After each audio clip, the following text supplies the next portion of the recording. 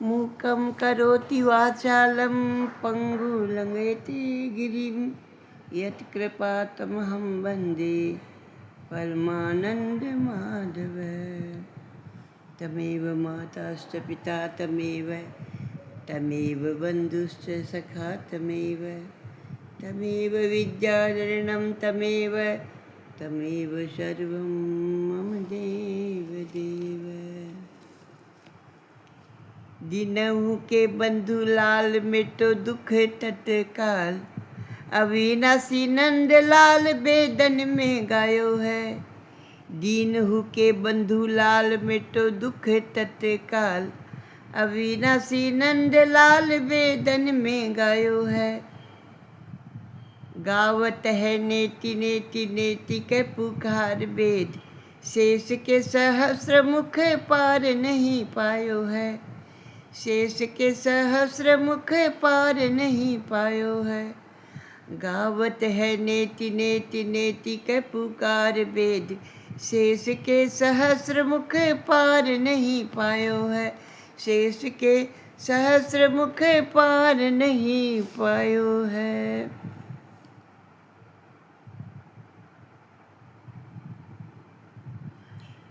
कृष्ण का जिसने नाम लिया, तिन औरों का नाम लिया न लिया।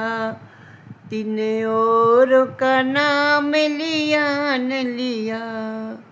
अमृत पान किया घट भीतर, गंगा जल को पिया न पिया। फिर गंगा जल को पिया न पिया। सुखदेव जी कहते कि हे राजन, भगवान को आत्मसमर्पण करने से भगवान भक्तों की सेवा से प्रसन्न हो जाते हैं। परमात्मा के नाम में निष्ठा का होना बहुत कठिन है। नाम स्मरण के समय ये जिह्वा जो है रुक जाती है। पाप जो है ना जीव को पकड़ लेता है। पापी का मुख से राम नहीं निकले, पापी का मुख से राम नहीं निकले। केसर ढुल गई गा राम, वो रामा केसर ढुल गई गा राम। भैंस पदमणि ने हारे पहरा दियो, कहीं जाने नो सर हारान ओ रामा, कहीं जाने नो सर हारान। पापी का मुख से राम नहीं निकले, पापी का मुख से राम नहीं निकले।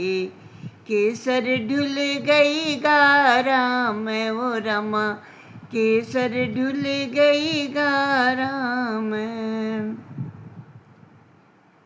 घर में पग पग पर भगवान का नाम लो और पग पग पर यज्ञ का तुम्हें पुण्य की प्राप्ति होगी।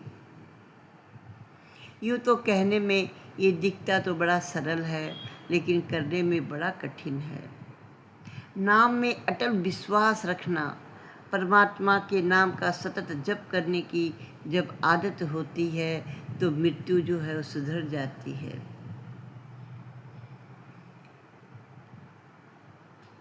राम नाम से तो पत्थर भी तर गए, किंतु राम द्वारा डाले गए पत्थर नहीं तैरे। एक बार रामचंद्र जी के मन में कौतूहल उत्पन्न हुआ। उन्होंने सोचा कि मेरे नाम से पत्थर तो तैर गए और बानरों ने समुद्र पर सेतु भी बना लिया, मैं भी तो देखूं कि मेरे स्पर्श होने पर पत्थर तैरते हैं कि नहीं। ये सोच कर के कोई जान न जाए तो वो समुद्र के किनारे एकांत में गए और समुद्र में पत्थर फेंके, किंतु सारे पत्थर पानी में डूब गए।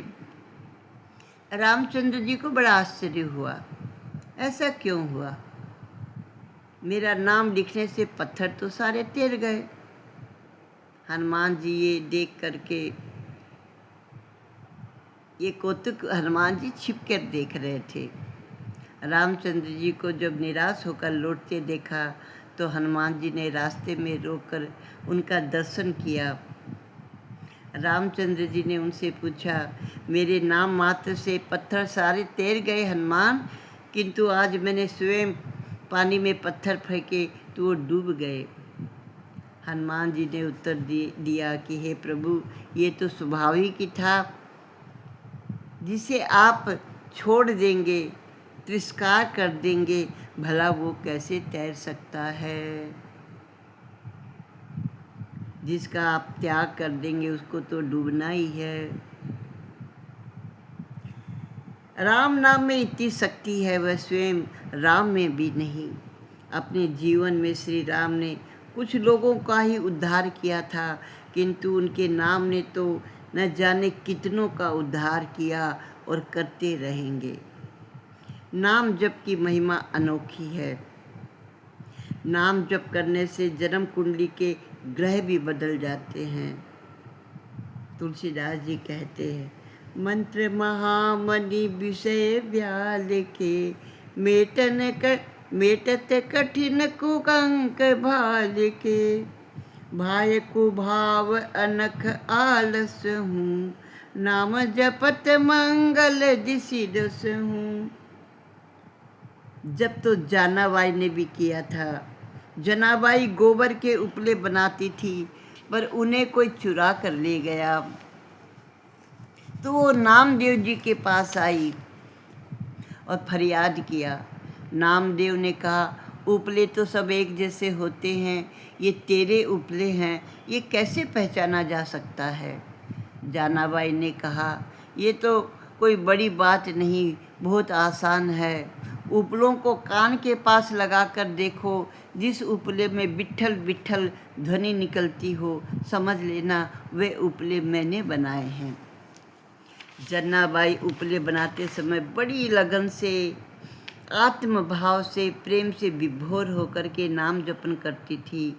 नामदेव ने उन उपलों में से विट्ठल के नाम की ध्वनि सुनी तो उन्होंने जनाबाई से कहा, नामदेव मैं नहीं, तुम हो। उपले बनाते समय जनाबाई विट्ठल के नाम में ऐसी तल्लीन हो जाती थी कि उन जड़ उपलों में भी विट्ठल विट्ठल की ध्वनि सुनाई देती थी।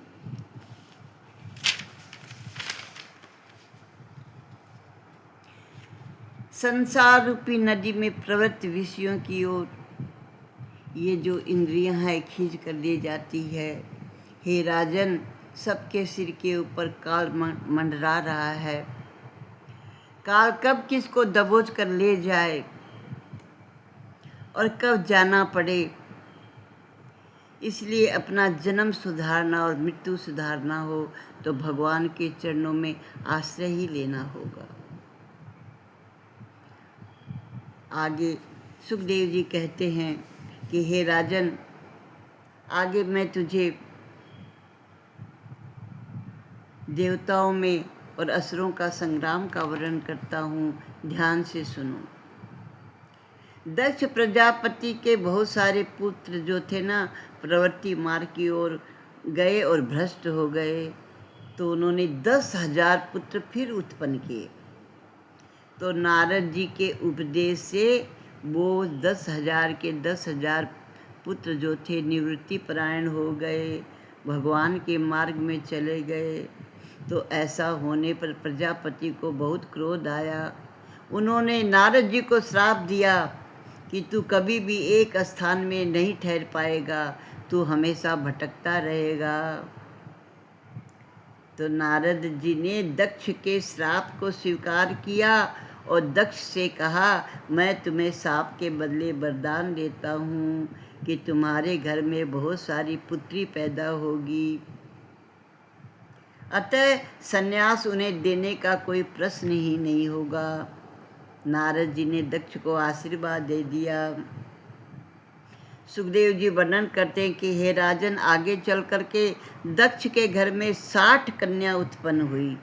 उसमें अदिति के घर 12 संतान हुई। उसमें से एक का नाम त्वष्टा था। दक्ष की एक बेटी थी अदिति, उसको 12 संतान हुई उसमें एक का नाम त्वष्टा था। इस त्वष्टा प्रजापति के यहाँ एक पुत्र उत्पन्न हुआ, उसका नाम विश्वरूप था। एक दिन इंद्र अपनी सभा में सिंहासन पर बैठा हुआ था, तो वहाँ बृहस्पति जी आए, उनके गुरु। तो बृहस्पति जी के आगमन पर इंद्र अपने आसन से खड़ा नहीं हुआ, उनका स्वागत नहीं किया। बृहस्पति जी को मान की अपेक्षा तो नहीं थी, न उनको धन की चाहना थी, लेकिन अपमान होने के कारण बृहस्पति ने क्या किया, देवों को न त्याग दिया और इंद्र को श्राप दे दिया कि तू दरिद्र हो जा। तूने संपत्ति के मद में शुद्ध बुद्ध भूल दी और अपने गुरु का अपमान कर दिया। जब दैत्यों को इस बात का पता चला, तब वो समझ गए कि देवता जो है अब क्षीण हो चुके हैं, तो उन्होंने देवों के साथ युद्ध शुरू कर दिया और स्वर्ग को जीत लिया। तो देवता जो थे पराजित होकर ब्रह्मा जी के पास गए, तो ब्रह्मा जी ने देवताओं को कहा कि तुम्हारा इस प्रकार होना तो निश्चित था।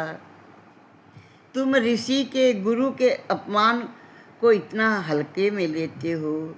तुम्हें ब्राह्मणों की सेवा करनी चाहिए, गुरु की सेवा करनी चाहिए, और तुम उनका अपमान करते हो। तो ये तो तुम्हारे साथ होता ही। देवता ने पूछा, हे ब्रह्मनिष्ठ, आप ना हमें कोई मार्ग बताइए। तब ब्रह्मा जी ने कहा कि कोई ब्रह्मनिष्ठ ब्राह्मण अगर मिले तो उसकी सेवा करके तुम बृहस्पति के स्थान पर उनको बैठाओ। तो इंद्र ने कहा कि आप ही बताओ कि ऐसा ब्रह्मनिष्ठ ब्राह्मण कौन है। ब्रह्मा जी ने कहा कि त्वष्टा का पुत्र जो है विश्वरूप, वो ब्रह्मनिष्ठ ब्राह्मण है। विश्व यानी जगत, विष्णु भगवान उसके हृदय में रहते हुए सारे संसार को विष्णु रूप से देखते हैं। जिस प्रकार सुनार की दृष्टि में आकार का कोई महत्व नहीं होता, उसकी दृष्टि में तो सोने का ही महत्व है। चाहे उससे हार बनवा लो, कुंडल बनवा लो या कंगन बनवा लो, है तो वो स्वर्ण ही। इसी प्रकार विश्व रूप की दृष्टि में हर जगह नारायण ही नारायण है। वह जड़ चेतन में ईश्वर को देखता है। विश्वरूप ब्रह्म ज्ञानी तो थे ही, ब्रह्मनिष्ठ भी थे, ब्रह्म दृष्टा भी थे और ब्रह्म उपदेशक भी थे। कितने गुण थे उनमें। सारे विश्व को भगवान का स्वरूप देखना, यही तो ब्रह्म ज्ञान है। और ब्रह्म में निष्ठा होना, यही ब्रह्मनिष्ठ है। और ब्रह्म को सर्वत्र देखना, ब्रह्म दृष्टा हो गए और ब्रह्म का ही उपदेश करते थे, इसलिए वो ब्रह्म उपदेशक भी हुए। ब्रह्मा का आदेश से देवतागण विश्व रूप के पास गए। उन्होंने देवों को नारायण कवच प्रदान किया। नारायण कवच प्रदान किया कि इसको तुम धारण करो, इससे तुमको दुनिया में कोई भी जीत नहीं पाएगा। इसी के सारे देवों को अपना राज फिर से प्राप्त हो गया। जो बृहस्पति के अपमान करके उन्होंने अपने सिंहासन को गंवाया था, स्वर्ग को गंवाया था, नारायण कवच में इतना समर्थ था कि इंद्र ने असुरों की सेना को पराजित किया और अपना इंद्रासन वापस ले लिया। ये बात निश्चित रूप से सत्य है कि सर्वज्ञ सर्वव्यापक श्री हरि सदा सर्वत्र सर्व रूप में हमारी रक्षा करे। यही नारायण कवच का श्लोक है, यही महत्वपूर्ण बात है, यही याद रखने वाली बात है। जब मनुष्य किसी भय में हो, डर लगने लगे, युद्ध स्थल में जाना हो, मन में उद्विग्न पैदा हो। किसी भी दुख के समय में नारायण कवच को हृदय में धारण करने वाले की कहीं पराजय नहीं होती। नारायण कवच का आश्रय लेकर देवों ने दैत्यों का नाश किया और स्वर्ग के राज को फिर से प्राप्त कर लिया। विश्व रूप जो थे ना, उनका माता का जो घर था यानी ननिहाल, वो दैत्य कुल में था। मात्र घर असुर कुल में होने के कारण विश्व रूप जो थे ना, जो यज्ञ करते थे तो चोरी छुपे असुरों को भी यज्ञ का भाग देते थे। इंद्र को इस बात का पता चल गया, वो नाराज हुआ। उन्होंने मना किया कि आप असुरों को उनका भाग न दें, लेकिन विश्व रूप देते थे। तो एक दिन इंद्र को क्रोध आया और विश्व रूप का मस्तक काट डाला। जब ये समाचार उनके पिता त्वष्टा को पता चला तो उनको बड़ा दुख हुआ और उन्होंने संकल्प किया कि मैं ऐसा यज्ञ करूँगा कि जिससे इंद्र को मारने वाला मुझे पुत्र प्राप्त हो।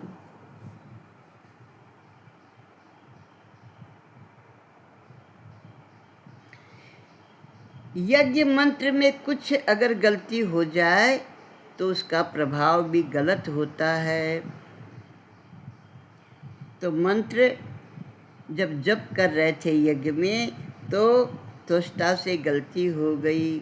इंद्र की हत्या करने वाले पुत्र के बदले इंद्र के हाथों से मारा जाने वाला पुत्र उत्पन्न हुआ।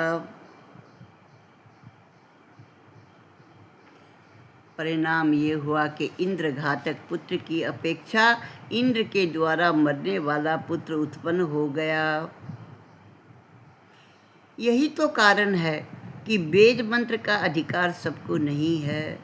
मंत्र उच्चारण, मंत्र पाठ में क्षति होने से अनर्थ हो जाता है। अब उस यज्ञ कुंड से वृत्तासुर की उत्पत्ति हो गई। वह देवताओं को सताने लगा। देवों के सभी अस्त्र शस्त्र उसके सामने प्रभावहीन हो गए। वो घबराहट के मारे परमात्मा नारायण की शरण में गए, परमात्मा से प्रार्थना करने लगे।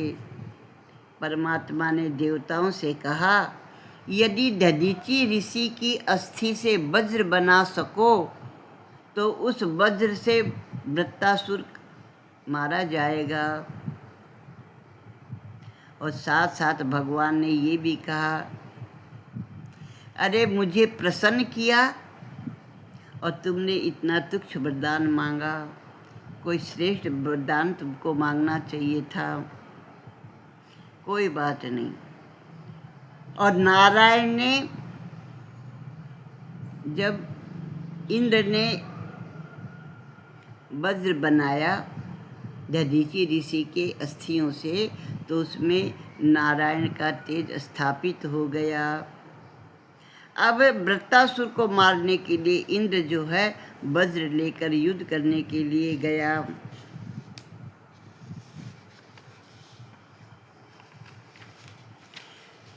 वज्र धारण करके इंद्र वृत्तासुर से युद्ध करने लगा। दोनों में भयंकर युद्ध होने लगा। वृत्तासुर जो थे पुष्टि भक्त अनुग्रही थे। इंद्र के हाथ में जो वज्र था उसमें उनको नारायण दिखाई दे रहा था। वृत्तासुर को नारायण दिखाई दे रहे थे लेकिन इंद्र को नहीं दिख रहा था। तब वृत्तासुर इंद्र से कहते हैं, इंद्र तू मुझ पर वज्र से प्रहार कर, शीघ्र प्रहार कर, तेरी जीत हो जाएगी।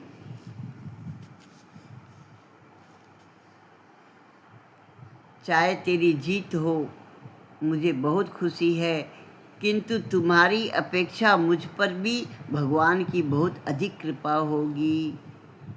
लौकिक सुखों की प्राप्ति का प्रयत्न सफल न हुआ तो कोई बात नहीं, मेरे ऊपर ठाकुर जी की कृपा हो जाएगी।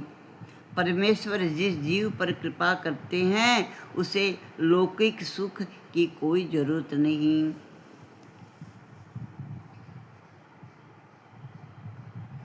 श्री कृष्ण के नाम का सुमरन जो है ना, संसारिक सुख के प्राप्त करने के लिए कभी नहीं करनी चाहिए। लौकिक सुख में विघ्न उपस्थित होने पर भी समझ लो कि मुझे प्रभु अलौकिक सुख देने जा रहे हैं। जो प्रभु का नाम बिना संसारी सुख के नाम जपन करते हैं तो फिर उनको संसार का सुख भी प्राप्त हो जाता है।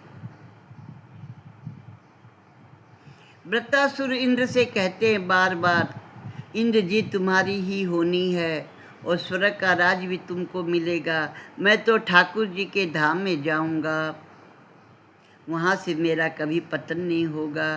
तुम्हारा स्वर्ग से तो पतन हो सकता है किंतु मेरा पतन कभी नहीं होगा। भले ही मुझे लौकिक सुख न मिल सके किंतु मैं प्रभु के धाम जाऊंगा। और वृत्तासुर ने हृदय से भगवान की स्तुति की। उनकी स्तुति भागवत पुराण में बहुत सुंदर है। वो भगवान से कहते हैं कि हे प्रभु, आप मुझ पर ऐसी कृपा करें जिससे कि आपके चरण कमल के सेवकों की अनन्य भाव से मैं सेवा कर सकूं।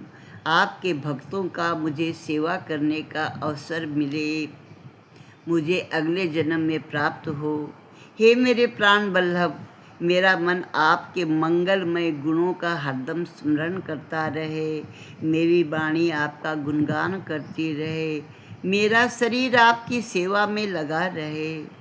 हे भगवान, आपको छोड़कर मुझे स्वर्ग, ब्रह्मलोक, भूमंडल, रसातल, योग सिद्धि, यहाँ तक कि मुझे मोक्ष की भी इच्छा नहीं है। आपकी अनुपस्थिति में मैं इन सब का क्या करूँगा। आपको छोड़कर मुझे कुछ भी नहीं चाहिए। हे कमल नयन, आपके दर्शन के लिए मेरा मन उसी प्रकार व्याकुल रहे जिस प्रकार पंख के बिना पक्षी बच्चे जो है ना अपनी माता की राह तकते हैं। जब छोटे बच्चे होते हैं ना पक्षी के, उनके पंख नहीं निकलते तो वो अपनी माता की राह तकते हैं व्याकुल होकर के। तो मेरा मन भी प्रभु आपके दर्शन के लिए इसी प्रकार व्याकुल रहे। हे नारायण, भूखा बछड़ा दूध पीने के लिए अपनी गौ माता की जैसे प्रतीक्षा करता है, मेरा भी मन वैसा बना दीजिए।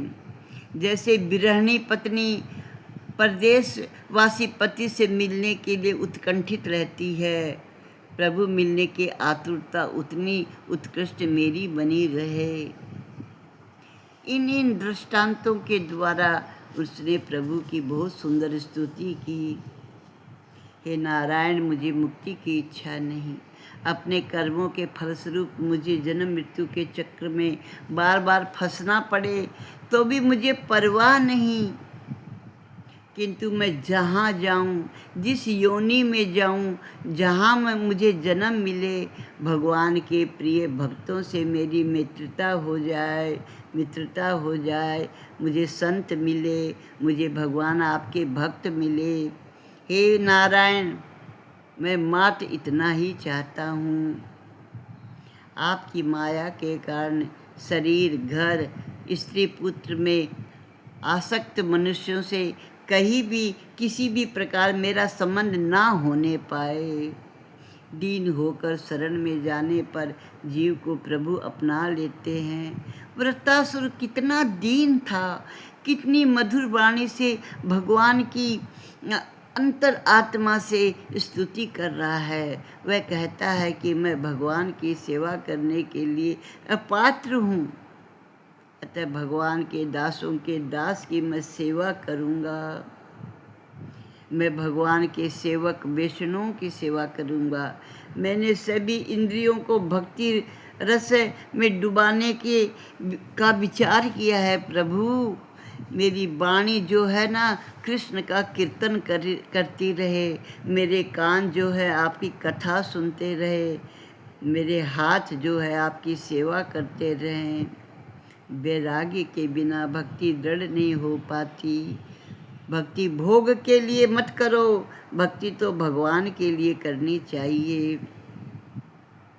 वृत्तासुर भक्ति के द्वारा इंद्र का राज्य या मोक्ष पाने की अभिलाषा नहीं करता। उन्होंने वृत्तासुर से पूछा कि वैष्णव की सेवा करके तुझे कुछ मांगना है क्या? तो उसने उत्तर दिया, मुझे स्वर्ग तो क्या ब्रह्मलोक के राज्य की भी इच्छा नहीं। भोग जो है ना प्रभु, वो भक्ति में बाधक है। पहले श्लोक में वृत्तासुर की शरणागति है, दूसरे श्लोक में उसका वैराग्य प्रकट होता है।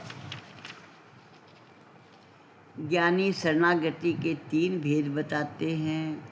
नाथ मैं आपका हूँ। परमात्मा द्वारा अपनाए जाने पर जीव मानता है कि ठाकुर जी मेरे हैं।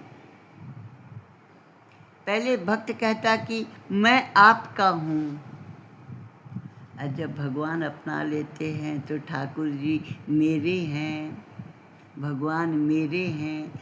ऐसे भाव के उदय होने पर ये अनुभव होता है कि जगत में अब कुछ भी बाकी नहीं, कोई सुख कोई आनंद बाकी नहीं।